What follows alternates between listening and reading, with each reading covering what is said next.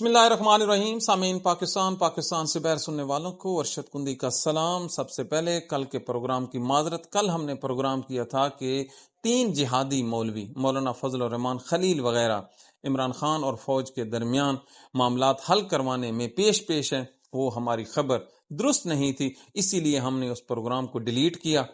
اس کے لیے ہم معذرت خواہ ہیں. ہمارے پاس کوئی بھی خبر آتی ہے ہم کاؤنٹر ذرائع سے اس کو ویریفائی کرتے ہیں، اور بلیو می اگر 40-50% وہ خبر چل رہی ہو تو ہم اس کو اپنے پروگرام میں شامل کر لیتے ہیں.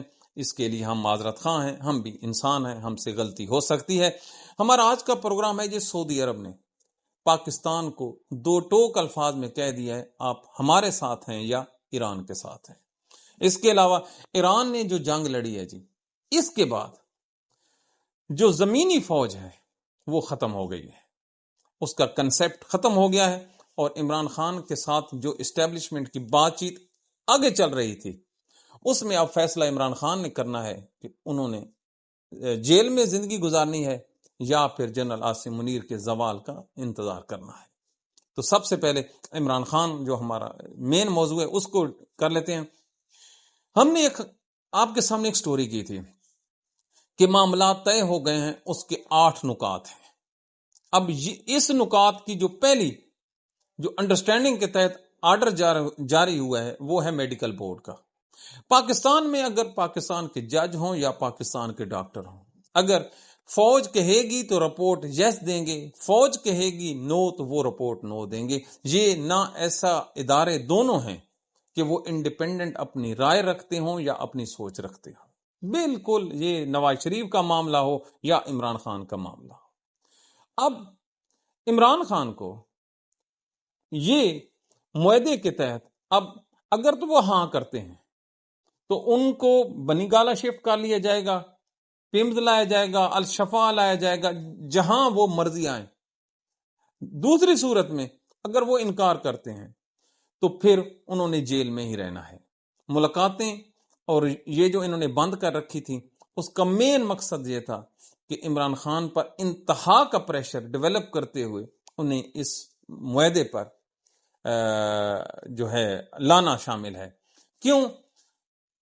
جو سعودی عرب نے پاکستان کو آنکھیں دکھانا شروع کر دی ہیں. کل جو شہباز شریف کو انہوں نے سمن کیا ہے، آپ انٹرنیشنل میڈیا کی ہیڈ لائنز تو دیکھیں، آپ سعودی پریس تو دیکھیں، وہ بار بار ایک چیز کہہ رہے ہیں کہ جو ولی عہد ہے سعودی عرب کا، اس نے کیٹیگوریکلی کہا ہے کہ ایک نقطہ جو ہے ایک مقام پہ کھڑے ہو جائیے، یا ہمارے ساتھ یا ایران کے ساتھ.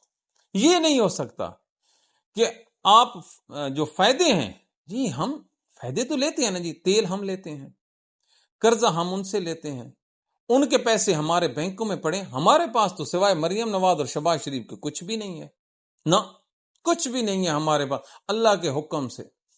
آج ایک سٹوری چھپی ہے کہ پاکستان کا ایک جو ہے جی ٹیکس اکٹھے کرنے والا محکمہ FBI، اس کے ایک افسر کے پاس 50 ارب روپے کے پیسے اور اثاثے پڑے ہیں جو اس نے کرپشن کر کے پاکستان میں بنائے ہیں. کتنا؟ 50 ارب روپیہ. تو اب آپ سوچئے پاکستان کے جرنیلوں کے اثاثے، پاکستان کے ججوں کے اور پاکستان کے کرپٹ پولیٹیشینز کے کتنے بڑے بڑے ان کے اثاثے ہوں گے.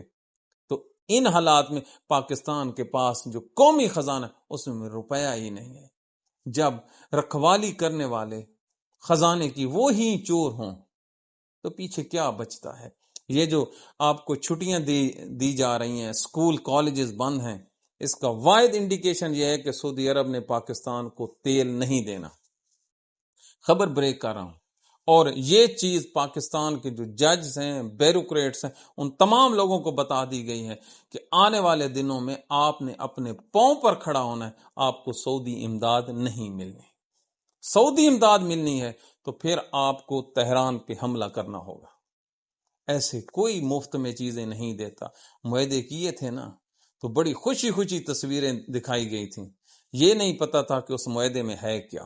آج دن تک پاکستان کی پارلیمنٹ کو، پاکستان کے میڈیا کو، دنیا کے کسی آدمی کو یہ نہیں پتا کہ سعودی عرب اور پاکستان کے درمیان جو راتوں رات دفاعی معاہدہ ہوا تھا وہ ہے کیا؟ یار یہ ہو سکتا ہے پاکستان اور سعودی عرب کا دفاعی معاہدہ ہو اور امریکہ اس پہ اعتراض نہ کرے، اسرائیل اس پہ اعتراض نہ کرے، جبکہ جو وہاں پر اڈے ہوں وہ امریکہ کے ہوں؟ تو پھر سعودی عرب کو کس سے خطرہ ہے؟ تل ابیب سے، اسرائیل سے؟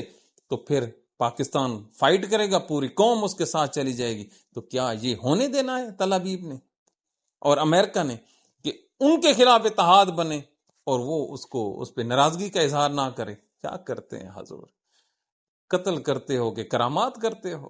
ایسے نہیں چلنے والا، سب اگلے چند دنوں میں واضح ہو جائے گا۔ چلاکیاں ساری عمر نہیں چلتی، خوش آمدی لوگ ہی کبھی ملک کو آگے لے کے چلتے ہیں۔ وہ عمران خان تھا جو آپ کو رشیا بلاک میں لے کے جا رہا تھا، ان لوگوں نے آپ کا کچومر نکال دینا ہے۔ کیا پاکستان چھوڑا ہے جی آپ لوگوں نے؟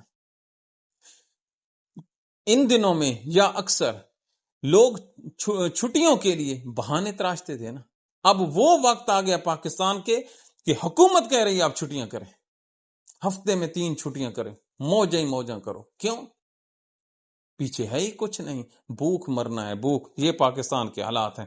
تو اب عمران خان پر ہے جی، وہ کیا فیصلہ کرتے ہیں، وہ لیڈر ہے، مسلم امہ کا لیڈر ہے۔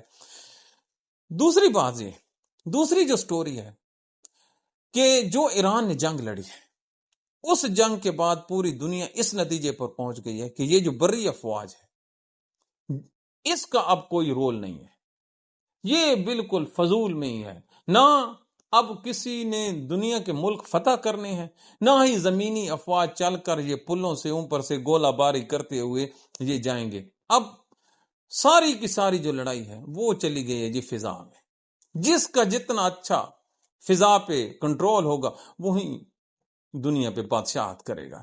اب یہ جو قوموں کا جوس نکالنے کے لیے اتنی بڑی بڑی جو سپاہ رکھی ہوئی ہیں نا، یہ اب قصہ پارینہ ہے۔ تو اب دیکھنا یہ ہے کہ پاکستان اس پہ کیا حکمت عملی اپناتا ہے۔ یہ 70% بجٹ ہمارا فوج پہ لگتا ہے۔ اب ایران نے، انہوں نے عراق میں جی KC-135 طیارہ مار گرایا ہے۔ کوئی سوچ سکتا تھا کہ اس دنیا میں امریکہ کے طیارے بھی گرنا شروع ہو جائیں؟ اور جو تل ابیب میں، یہ ہم آپ کے سامنے کچھ ویڈیو شیئر کرنے لگے ہیں، ان لوگوں کی چیخیں دیکھیں، ان لوگوں کا جو رہنے کا جو معیار ہے وہ دیکھ لیں، وہ تو بالکل ختم ہو گئے۔ چیخو پکار مچی، تباہی و بربادی ہے تل ابیب سے لے کر واشنگٹن تک، دبئی، ریاض، بحرین، مسقط، تمام کے تمام لوگ اس ٹائم منتیں ترلوں پہ آئے ہوئے ہیں۔ یہ آپ دیکھیے تو صحیح، آگ دیکھیے۔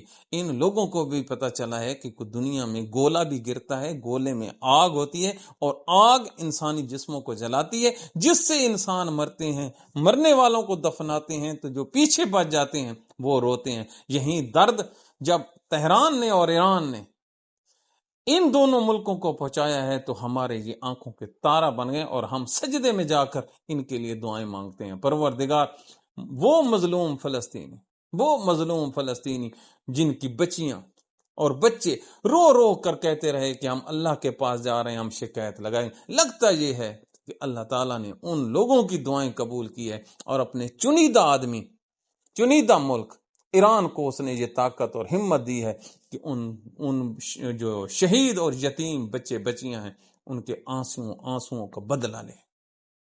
کبھی سوچنا پورے عرب میں کوئی ایک ویڈیو آپ ہمیں دکھا دیں کہ کسی عرب کے جوان نے، کسی منسٹر نے کھڑے ہو کر سینہ پھلا کر کہا ہو میں حضرت خالد بن ولید کا وارث، میں عمر ابن خطاب کا وارث، میں حضرت ابو بکر صدیق کا وارث، میں حضرت عثمان کا وارث، میں حضرت علی علیہ السلام کا اور حضرت امام حسین کا وارث، میں ایسی زندگی کو ٹھوکر مارتا ہوں، میں موت کو ترجیح دوں گا، میں لڑوں گا جو میرے ملک پر بمباری ہو رہی۔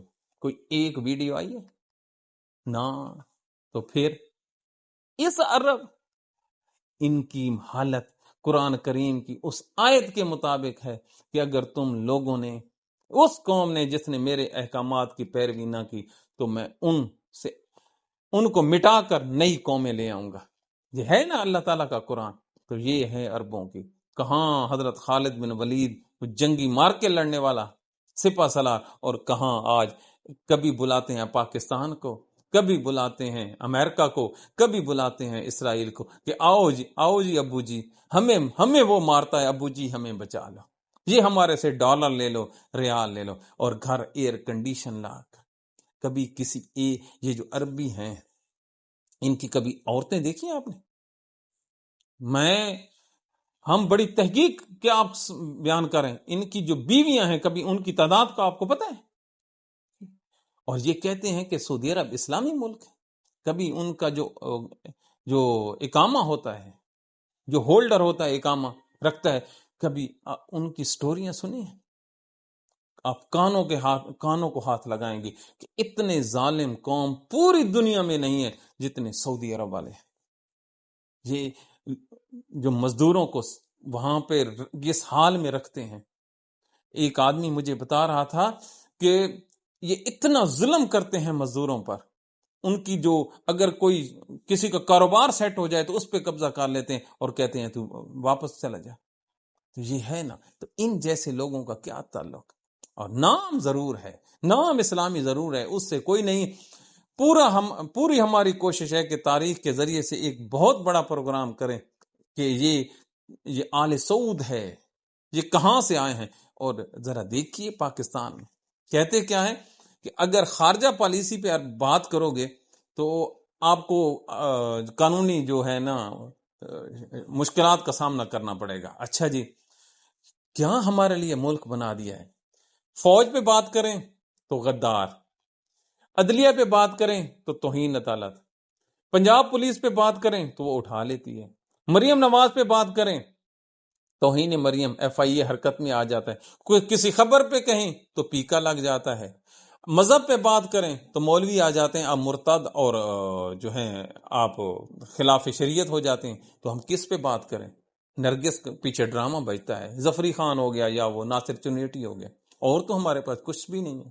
لیکن اللہ نے ہمیں حکم دیا ہے کہ آپ نے بولنا ہے، اور یہ جو سنت ہے صحیح بخاری میں بھی ہے، صحیح مسلم بھی ہے، حضرت ابو ذر غفاری رضی اللہ تعالیٰ عنہ، کہ اگر کوئی وقت کا خلیفہ کوئی بات خلاف شریعت کرے یا ان کا کوئی امیر کرے، آپ مدینہ میں ہوں یا آپ شام میں ہوں، آپ نے بولنا ہے، اور بولنا ایسے ہے کہ ان کا سینہ چیر کے رکھ دے۔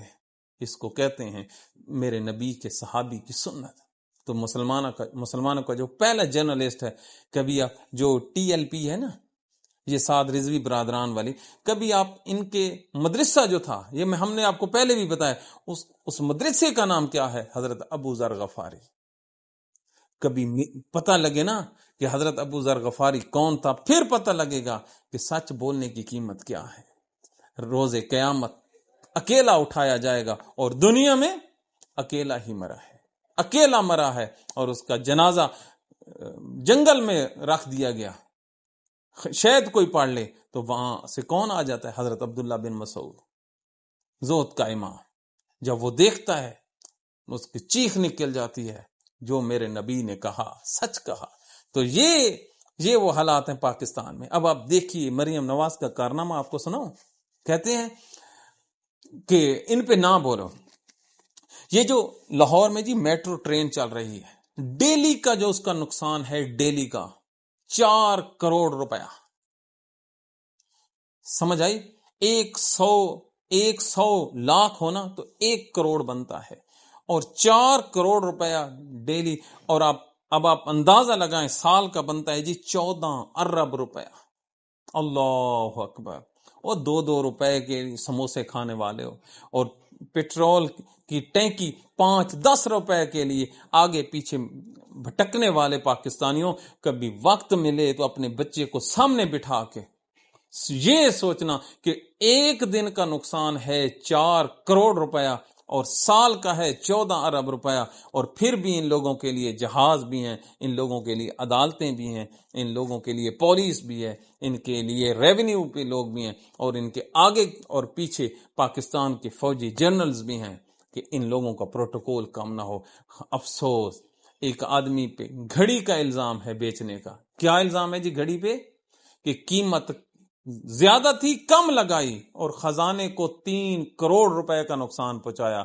تو 17 سال کے لیے اندر، او مائی لو، او میرے پاکستانیوں، انصاف کیوں نہیں؟ اور ایک دن کا او اینی ون ڈے نقصان کتنا ہے؟ 4 کروڑ روپے کا. تو پاکستان کے ججوں سے کیا یہ نہ پوچھیں؟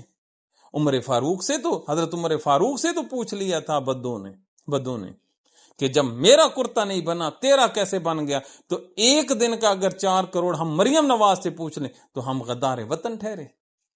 تو جی ایسے نہیں چلتا. پتہ نہیں اس ملک کے جرنیلوں کو ان کی خامیاں کیوں نہیں نظر آتی؟ ایک ایک دن ان کا اس ملک پر اتنا بھاری ہے کہ آپ سوچ ہی نہیں سکتے. لیکن نہیں، یہ وہ حالات ہیں. ابھی ہم نے اورنج ٹرین کا آپ کو بتانا ہے، ابھی ہم نے آپ کو بسنت کے اخراجات بتانے ہیں، ابھی ہم نے آپ کو ریس کورس میں ایک ٹریک بنایا گیا جہاں پہ یہ دوڑتے ہیں کہ کتنے کروڑ روپے کا ایک ٹریک انہوں نے بنایا ہے، اور وہ بھی ٹوٹ پھوٹ کا شکار ہو گئے. اور اوپر سے کیا ہے، یہ چھٹیاں کر رہے ہیں. کیوں؟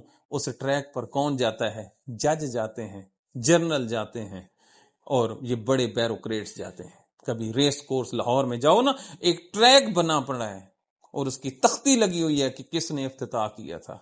چہرے پہ سرجریاں کروانا بڑا آسان ہے، تیاروں پہ گھومنا بڑا آسان ہے، ملک کے لیے لڑنا بڑا مشکل ہوتا ہے. ملک کے لیے قربانیاں دینے کے لیے نا